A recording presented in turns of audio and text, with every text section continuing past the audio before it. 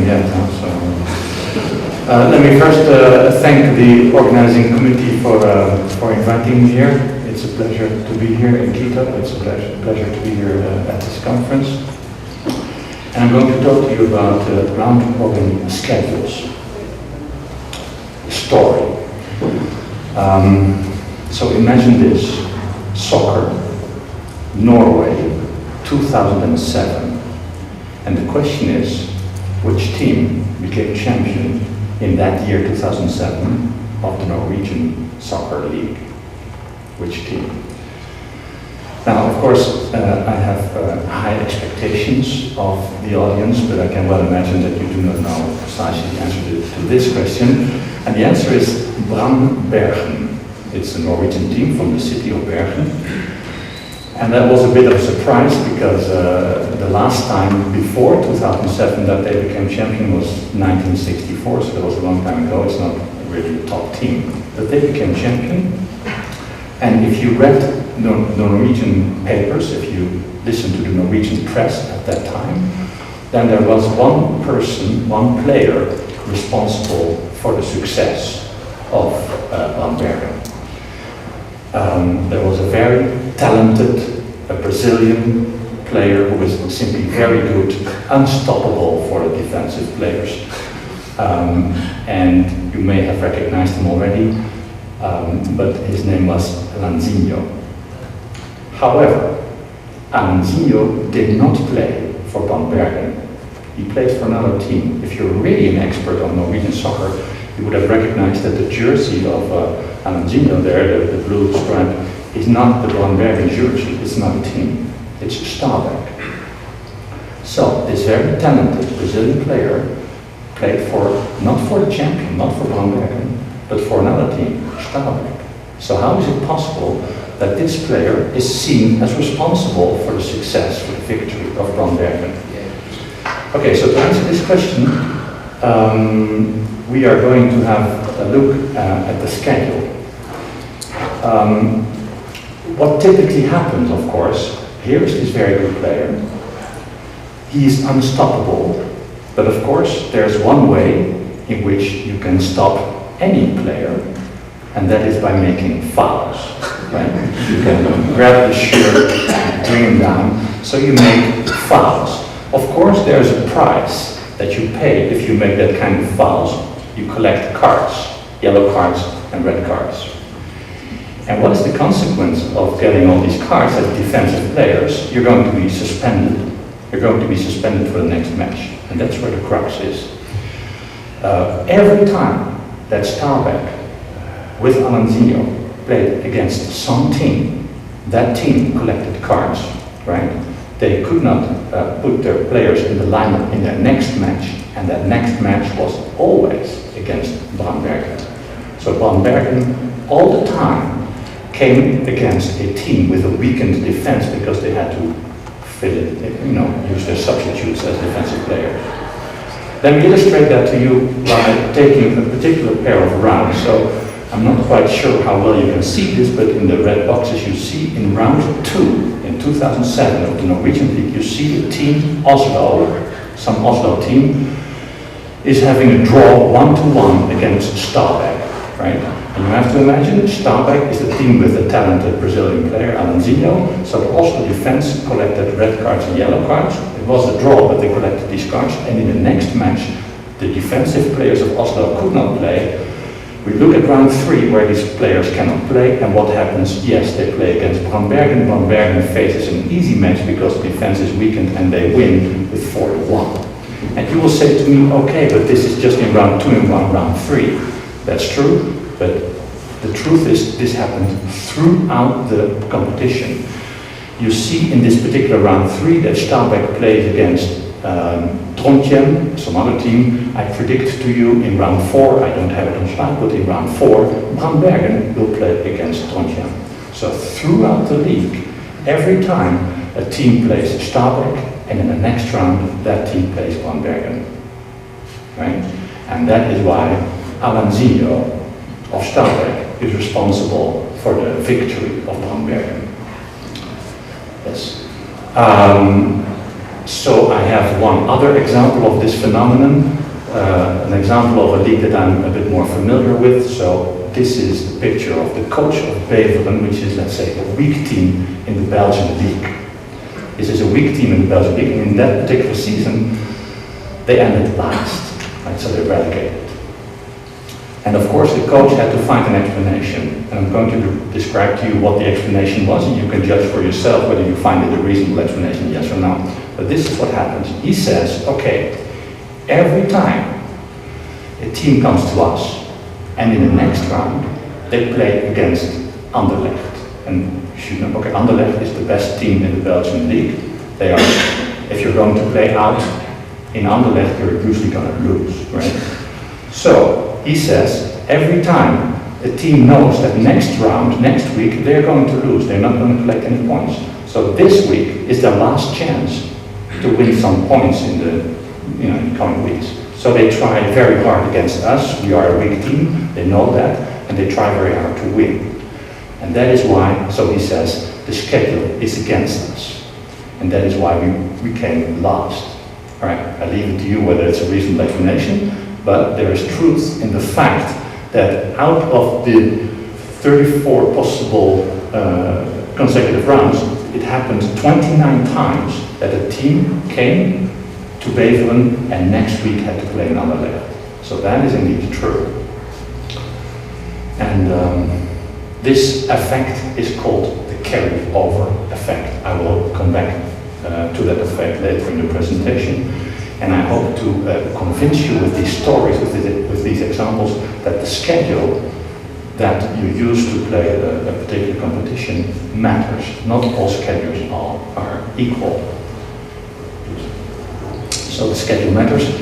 And if these stories did not convince you, then let me show you some other, perhaps more pragmatic reasons why the schedule matters. So here you see over the last 10 years, the amount of money that is paid for the broadcasting rights in Belgium. So that went up from 36 million euros per year up to 70 million euros per year, what they're paying now. Of course, I understand this is the money that they pay for the broadcasting rights. It's not really the schedule that they pay for. But I claim that, let's say, before 2005 and in 2005, they used a handmade schedule. Right? And the quality of the product, so to speak, the quality of the broadcasting rights, the quality of the product is for a part determined by the quality of the schedule. And I claim that they would not have paid this amount of money if the quality of the schedule would have been handmade. Then you cannot accommodate the wishes of the television in a way that they like, and you will not get this amount of money. Of course, the Belgian soccer, the Belgian league is a very small league. If you go to the Premier League, which is, I guess, the most, visible one, then the amount of money is simply a staggering amount of money. I looked up what the FAF, the Ecuadorian Soccer Association, receives for the broadcasting rights, and it's $16.6 million. So that's quite a bit of money, and I can only hope that those who make the schedule get there too.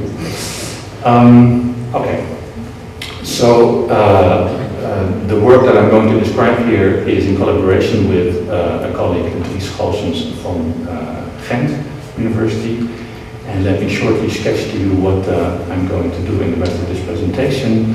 I'm going to describe to you the precise problem, the double round problem, what are the possibilities and the characteristics. I'm going to describe to you what our experience is over the years that we work together with the Belgian Soccer League since 2005-2006. I'm going to talk to you a bit about this phenomenon that I started with in the beginning, the carryover effect, and then I will conclude. Okay, so what needs to be done? I guess it's basic, but let's start with the basics. So let's assume we have 18 teams. Let's take Belgium as our case. And then I must immediately admit that I basically lie, because there are not 18 teams in the Belgian Soccer League, but last year or 2 years ago they went back to 16 teams. But for the examples that you see, I'll use 18 as the number of teams in the league. Okay, please. So there are 16 teams, and the format of the competition is double round robin. So what does that mean? Each team meets each other team twice. Once in its home venue, once in the other venue, right? So each pair of teams meets twice. Once there and once there. So there are, if you have 18 teams, there are 2 times 17 rounds, so 34 rounds in a single round. There are 9 matches then, of course, and there are 9 times 34, which should be 36 matches that you need to schedule. So the venues, there is something particular about them, which is I think also the case in Ecuador. Some teams share a stadium.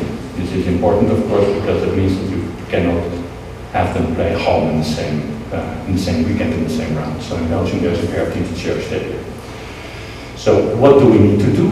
We need to find a schedule that says who plays whom, in which round, in which venue, right?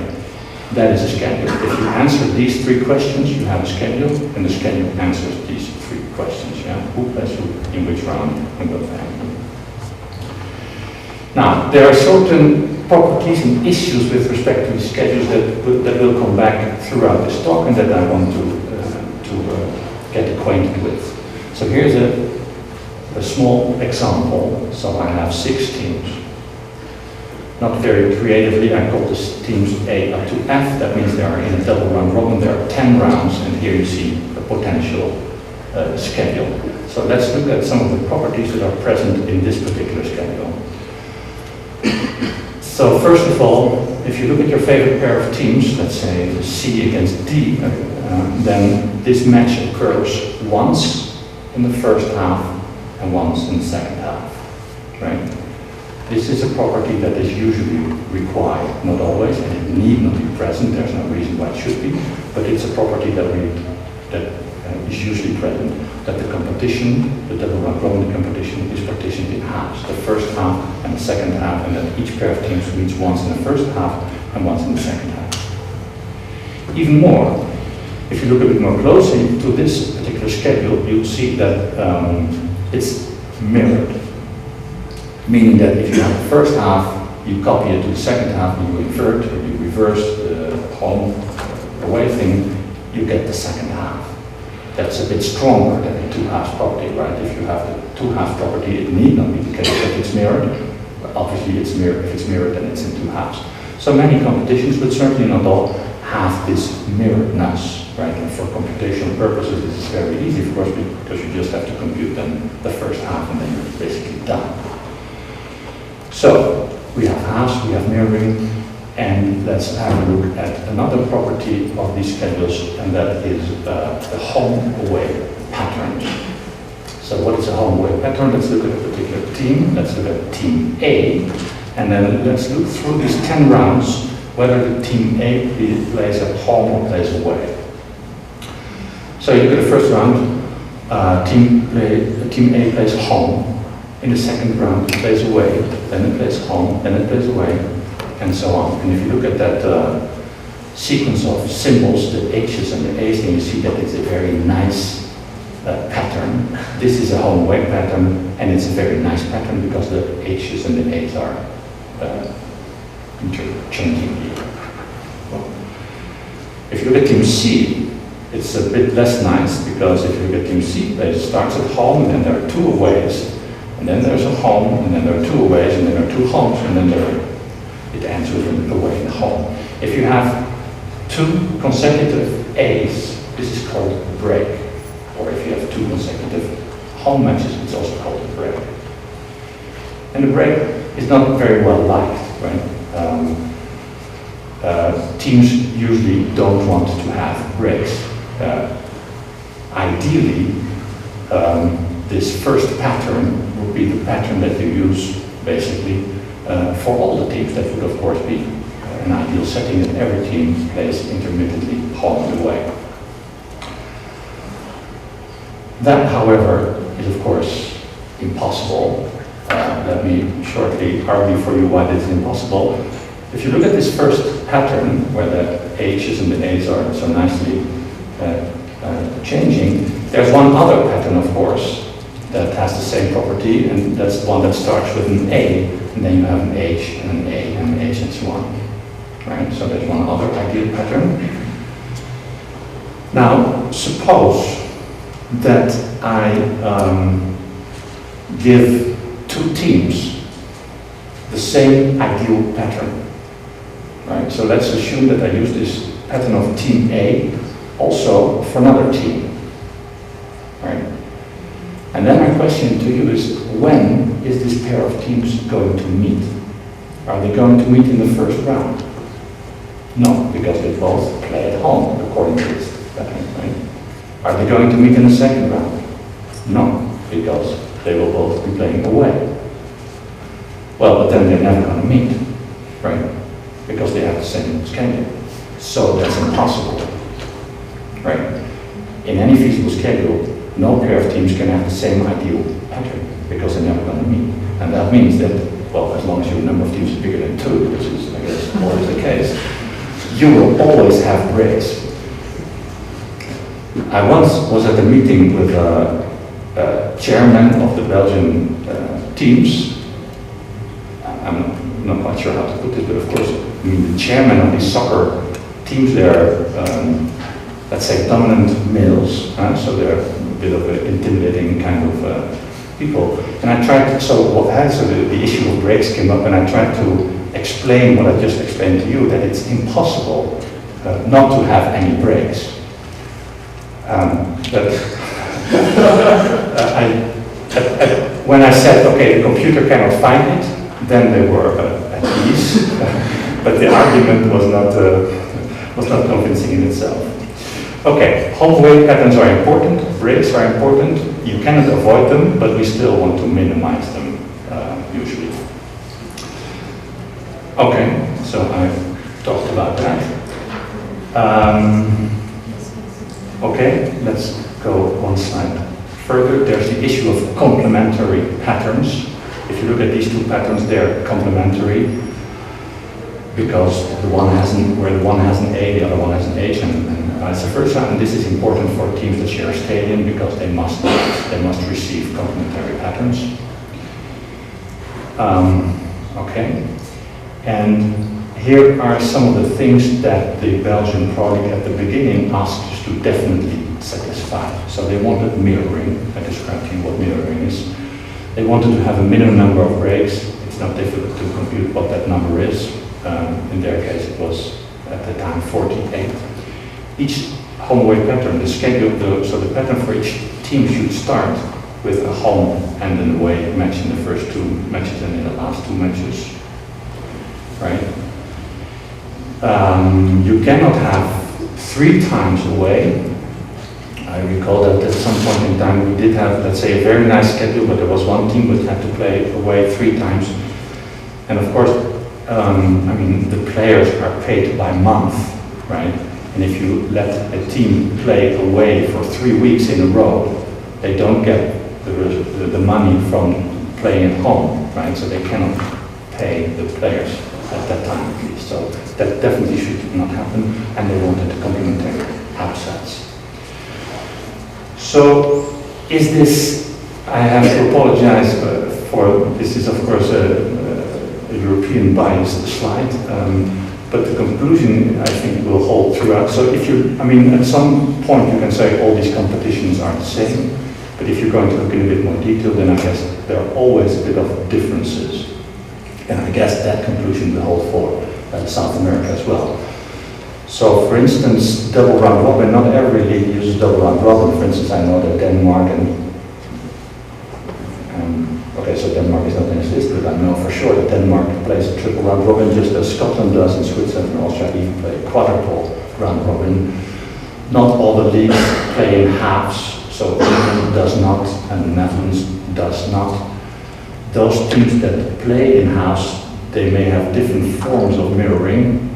So you may wonder how can you have different forms of mirroring, but there's a particular way if you if you mirror and you take the last round that you get then and you use that as the first round in the second half, that's what I call why this M prime. France and Russia do this kind of schedules. Some countries have a home and away in the first pair of matches, some don't. Some countries minimize the number of breaks, but England and Italy and the Netherlands do not. So the point here is that there is variance in every particular competition, in every league that you look. There are certain things that are not present in others. All the top teams at home, and then in the second half, because of mirroring, of course, they're all away, and he doesn't make any money in the second half. So that is a complaint, and there is another complaint that is a bit more mean. This is a quote as follows. Okay, so sometimes a Belgian team plays in the EuroLeague, and then they come back, and this chairman is complaining that each time when they go back from an exhausting trip, that they must play against Charleroi, some team. And when I see who is chairman of the calendar committee, that is, the body that is responsible for the schedule, I conclude that this is not a coincidence, implying, and the chairman was indeed from Charleroi. They hope to profit from our tiredness. It's a bit of a mean quote, of course, and but the point is, I guess, that with all this, and these are just two examples, of course, with all this criticism on the schedule, there was a need for something impartial. They wanted to have something impartial, and we at the time had a master's student who went up there and did some inventorization of all the issues that went on. So let me describe to you how things worked. So there was a committee that is responsible for the schedule with some representatives of the teams and the secretary from the World Belgian Soccer Association. It is known what the dates are of the rounds, and it is specified what the top teams are. There are 4 top teams in Belgium, and those are their names. And then there are a couple of, let's say, parties, stakeholders who care about the schedule, who have specific wishes, constraints, demands that need to be fulfilled according to them. And let me look at those stakeholders. There is, of course, the calendar committee themselves. They're responsible for it. They want some amount of fairness. They want to take into account all kinds of interests. So, for instance, the things that I discussed, mirroring and so on. Also, they don't want a team to be playing consecutively against very good teams 3 times in a row, because you basically kill the morale of the team if that happens. They need to take into account the interests of the Belgian national team, right? Meaning that it's not a good idea to have 2 top teams playing against each other just before or just after a match of the national team. You don't want that because of rivalries and so on. And there are the European interests of the other teams. So that's the calendar committee. Police and mayors. I trust this is the same everywhere. The police and the mayor, I mean, that's basically the same thing. The mayor is responsible for the safety of the citizens in the fans, right? And with that responsibility in Belgium and in many other countries comes the right for the mayor to simply forbid a match. If the mayor doesn't like it, he can say, no, this is not going to happen, and he doesn't need to explain anything at all. So it is pretty important to listen to the mayors, to what they want and what they don't want, and to satisfy that in the schedule, because otherwise disruption of the schedule will definitely happen. That's not very nice. So we listen to the mayors and the police, and they're important. And then we have the teams themselves. So that's an interesting bunch of wishes that you get. You already noticed that this team does not want to have all the top teams in the first half or in the second half at home. You already heard that the Brugge team doesn't want to go away after a European match. So if you look at the teams and you talk to them, they have all kinds of wishes. I remember in particular the last one, so Gent, some team, and they said, okay, we want our first match against a weak team. And then I tried to make a joke by saying that, oh, you probably want all your matches against weak teams. And they didn't really appreciate that joke at the time, but Anyway, so there's a whole lot of wishes that they want because of the stadiums being renovated and that kind of stuff. And then finally you have the television, which is obviously important as well. They want to have high viewing rates. They don't want that the competition is already decided 3 rounds before the last one. And their interest is clear. They paid a lot of money for it, so they want a lot of viewers to look at their advertisements. And we'll see how that translates, how this objective translates into constraints later on. Okay, so what happened in the old days? The secretary departed from a so-called basic match schedule. Let me show how that looks like. So this is a basic match schedule. You see 17 columns. Each column is a round. And if you look at a particular column, you see 9 pairs of numbers, and they refer to the team. So if, for instance, in the first column you see, or maybe you don't see it, but it's standing there 1 to 3, 1 against 3, team 1 against team 3, 4 against 17, and so on. This is a basic match schedule. And I once asked this secretary where did you get this piece of paper, and he found it in some England journal of 1960. And let me describe to you a bit about where does this come from? Something that he himself wasn't aware of, but what you can deduce if you look at these numbers. So we're going to build a graph in the following way, right? There's a node in our graph for each team. And of course, then you realize if you take a look at the column in this basic match schedule, this is a pair of teams, right? So you can draw the edges. It's a matching, the one factor, right? And the next round is another matching, and the next round is yet another matching. And if you continue to go on like this set of matching will cover the complete graph, right? So if you look at a particular arrangement of the teams in this way, these are the nodes, right? I said there's a node for each team, so you see 18 nodes here. And then you look at the first round, this column that you saw, and I draw the edges, then this will happen. This will happen. This is round 1. And I'm going to show you round 2. And you understand, I guess, what happens, right? You can go on like this in a cyclic way. And in this way, you simply get all the columns that this basic match schedule is. This is the circle method. It has already been described in a paper from 1850. And in this way, you construct the basic match schedule. And that is interesting. In particular, if we recall the example that I started out with, this carried over effect.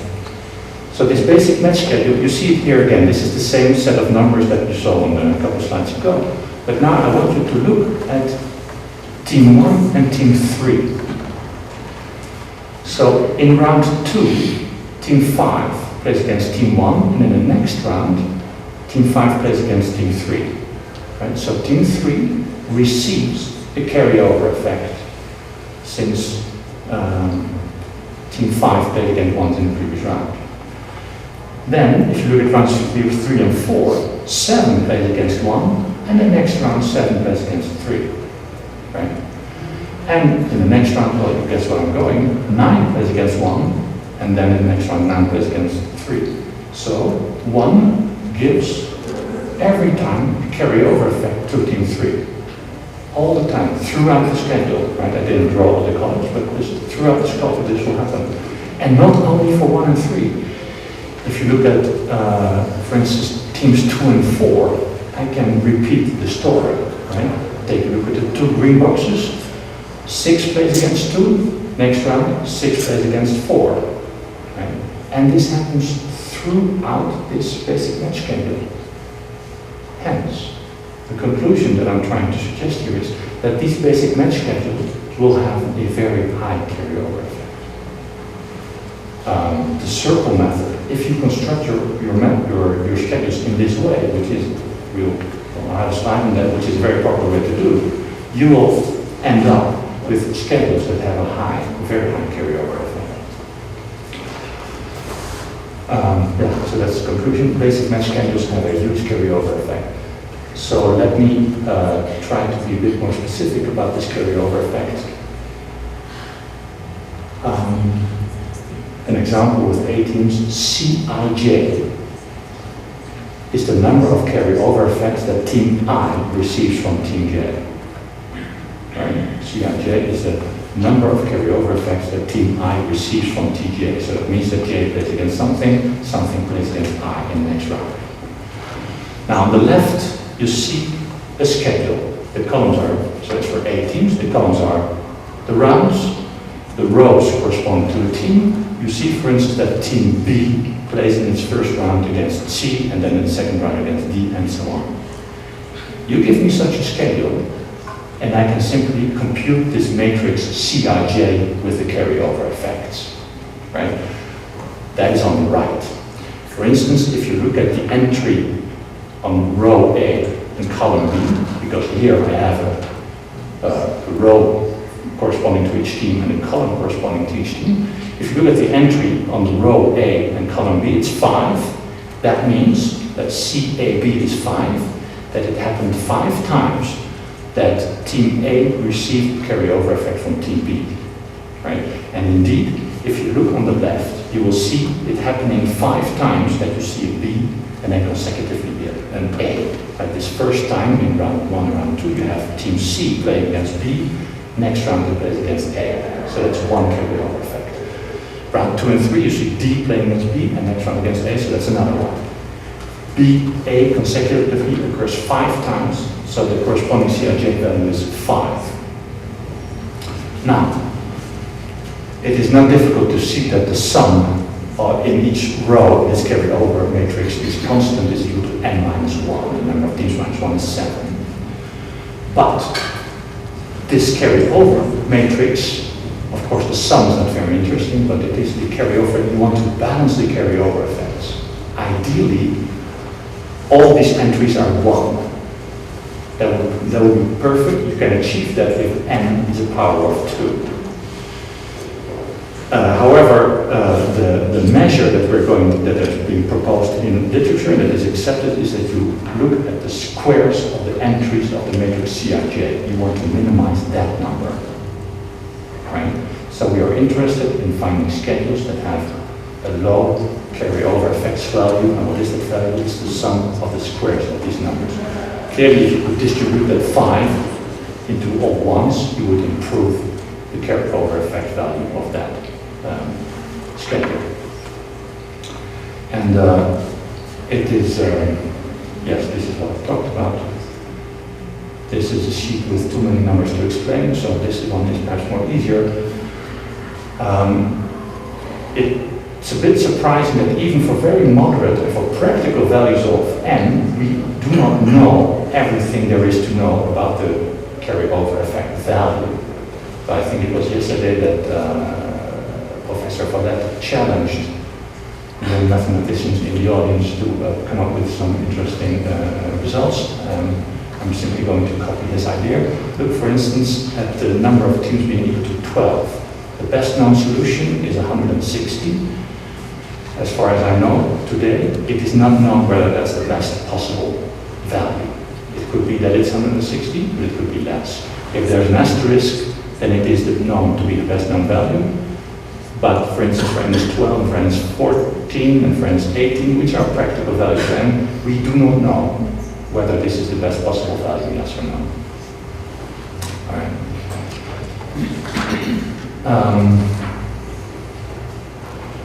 Okay, and what do you see here? So here you see, so if there's a long green line next to a country, it means that the carryover effect is very high.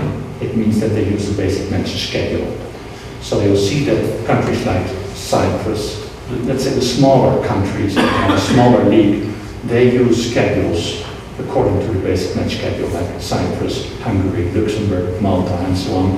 But even Spain and Russia, Spain is certainly a big country, a big league, they also still use a basic match schedule. For the other countries, they probably use more sophisticated techniques to get a schedule. You will not see this high carryover effect anymore. Okay, so let me get back to our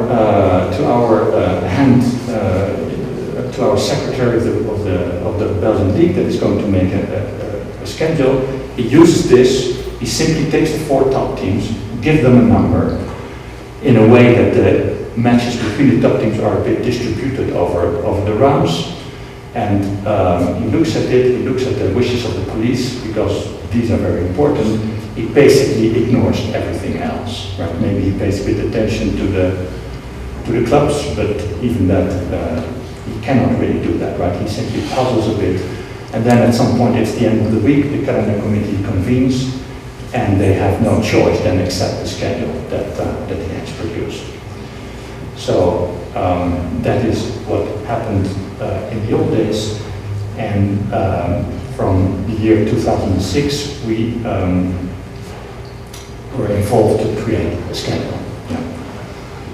So in the beginning, they asked us to stick to a basic math schedule, to stick to these numbers that you saw before. So we talked to all these parties that were involved, and we tried to make very precise and very concrete what they were allowed to wish, what they wanted to wish, and what types of wishes they could do. So, please go next slide. The police, they agreed that this is the type of wishes, the type of demands that they could do. They could say, okay, no match here in a particular round. Or they could even say, look at the last one, this pair of teams cannot play home in the same round. And you have teams whose fans are a bit rivals, and if they are close to each other, you make them play home in the same round. That is asking for trouble, so you don't want that. Okay, so that's the police and the mayors. The television, they want to have nice things to be able to broadcast, and that means what they think is nice is there must be top teams that play away, because then there's a chance of a surprise, and they want each round to have a number of top teams go out. So they understand that you cannot have every round 4 top teams playing away. That's definitely not going to be possible, so they want to balance that. 2 top teams home, 2 top teams away in each round. That's what they want. One cannot always achieve that, but throughout the competition, that's what they want. They also want 1 top match per round, so they can distribute it a bit, and they want no top matches in the first 4 rounds. The requirements, the wishes of the teams, this is what we allow them to wish. So they can wish to play home or away in a particular round, or not home when some other team plays home because they have competing fan base, or home against some particular team in the first or in the second half. They can ask for that. Okay? And then the wishes of the calendar committee, I think we've seen them. We want to make sure that the interests of the Belgian national team and the teams that play in the European leagues, that these interests are taken care of in some way. Okay? Now, it is a fact that if you simply treat these constraints all alike, and you want all of them to be held, to be satisfied, then there is no schedule. No schedule exists that satisfies all these constraints. So we must prioritize all these constraints, and we use, in fact, 5 categories that you see here. The first one basically defines a schedule. If you violate priority 1, it's not a feasible schedule. Second one are the police and the mayors, because they're more important than the others. And then we have basically categorized all the wishes of the television and the teams into reasonably important, less important, and not important. And that's a bit of debate with the league, but this is how we did it. And then we did, well, what I guess anyone would do, a very simple idea. We're going to build a model where we have 18 teams, we have 18 numbers. We're going to assign the numbers to the teams. So here's a variable that you get, an assignment variable. 1 if team T receives number n, 0 if you don't, and then we're going to simply write down the model. So let's see what happens. You will not be surprised to see that these constraints are there. Every team needs a number. That's the first set of constraints, and the second set of constraints, each number must go to a team. And then we proceed with all the constraints that you saw before. And let me give you an example. For instance, on the left-hand standard is a top team. You don't want to have it playing in round 1 because the television doesn't want this. You recall from the basic match schedule the first column. If you don't want this particular match to be happening in round 1, you must make sure that it doesn't happen, that Anderlecht receives number 1 and Standaard receives number 3. That's what you don't want to happen. So we basically write the corresponding inequality down, right? And you write also an inequality for 4 and 17, for number 6 and number 15, and so on. If you write this down, these 9 inequalities, you are guaranteed to get a schedule that does not have Anderlecht in round 1. And in such a way, we can write down all these constraints. So here's another example, at least 2 top teams home in round 3. Well, there are 4 top teams. You see their initials as subscripts in the variables. You see round 3, and you see the numbers corresponding to the teams that play home. It's 1, 3, 6, 8, 10, 12, 14, 16, and 18. Well, from these 9 numbers, 4, they must go to the 4 teams. You must satisfy at least 2 of these variables. In that way, you will ensure that at least 2 top teams play home in round 3. And you can go on and go on and go on like this. Of course, I said, if you list all these constraints, no solution is going to exist. So we need a little trick to make sure that we can violate these constraints.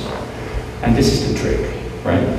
So for each such constraint, we introduce a variable basically indicating whether this constraint is going to be satisfied, yes or no. The model is going to determine whether a constraint is going to be satisfied, yes or no. That's the variable yc. It's a binary variable. If it's 0, then that term n times 0 drops out, and you simply have the constraint that we already had. If it's 1, okay, then basically since n is a big number, the constraint disappears. And of course, in the objective function, there is a weight for this y variable indicating the severity of satisfying or not satisfying or violating this constraint. Okay, so we can go to the next slide. So here is the model that you then get. You have the assignment constraints first, and then you have many constraints that I discussed before with this binary variable, and you see in the objective function the penalty points that you have to pay if you violate this constraint. Okay, so I recall that, you can go to the next slide. At that time, we solved the model. We were, this is, I don't know, 8 years ago or something. We were very happy with the optimal solution. We went to Brussels, where the headquarters of the league is, and we handed out the solution, the optimal solution. And so the reaction of the members of the planning committee was not at all very positive at all. Of course, each representative looks at its own team, right, and immediately starts to complain.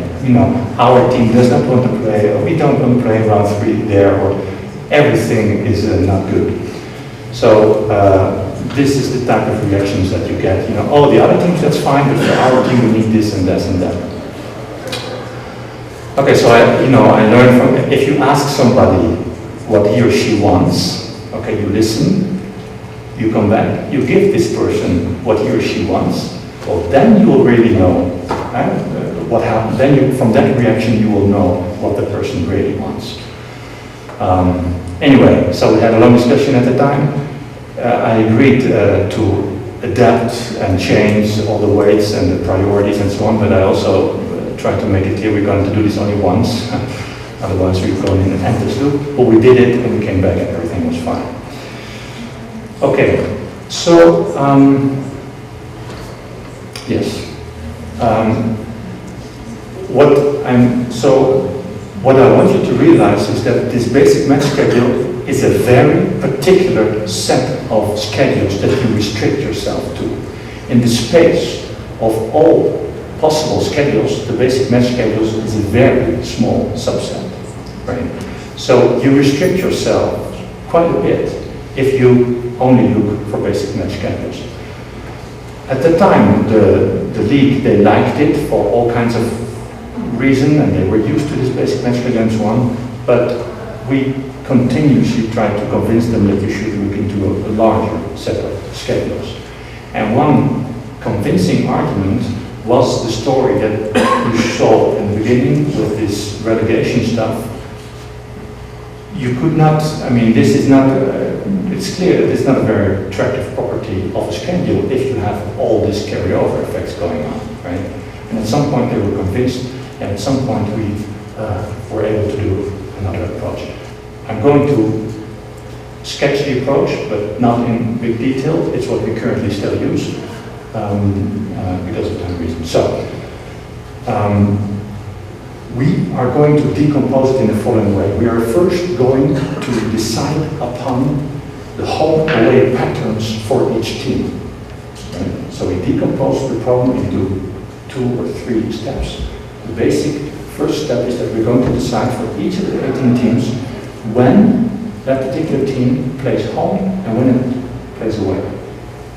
And then, given that, right, we are going to plug in the individual matches. And of course, you can only plug in an individual match between a pair of teams if one team plays home and one team plays away, right?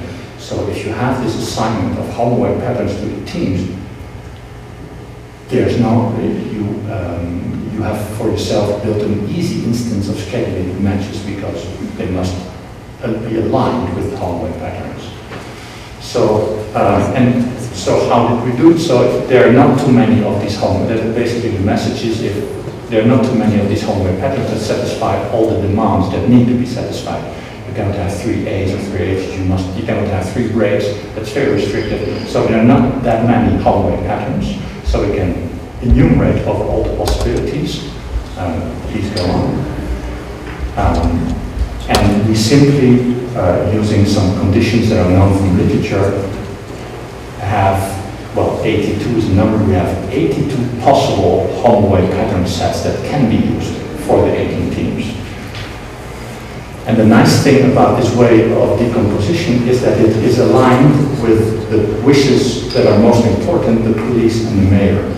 Because the police and the mayor, if they say, okay, we don't want that the team plays home in this particular round, well, we can easily fit that in the first phase by making sure that that team receives an appropriate home-away pattern, right? So I'm going to, please go on. I'm going to show you some of the results that we have. Yes, here. So the message here is that the set of all schedules is much larger than the basic match schedules. Even, let's say, the heuristic solution in this much bigger set is better than the optimum solution of the basic match schedule, because we find the optimum solution in the basic match schedule. But here you see that the heuristic solution by this decomposed approach in the bigger set is much better. So what you see here, okay, so what you see here, so there's the manual approach. The goal function value in itself is not important, but it gives you a kind of idea of the quality of the schedule. These are penalty points. Of course, you have to realize that these years correspond to different instances, so you must be a bit careful by comparing them. But at least you see that the manual approach gives you a value of more than 70,000.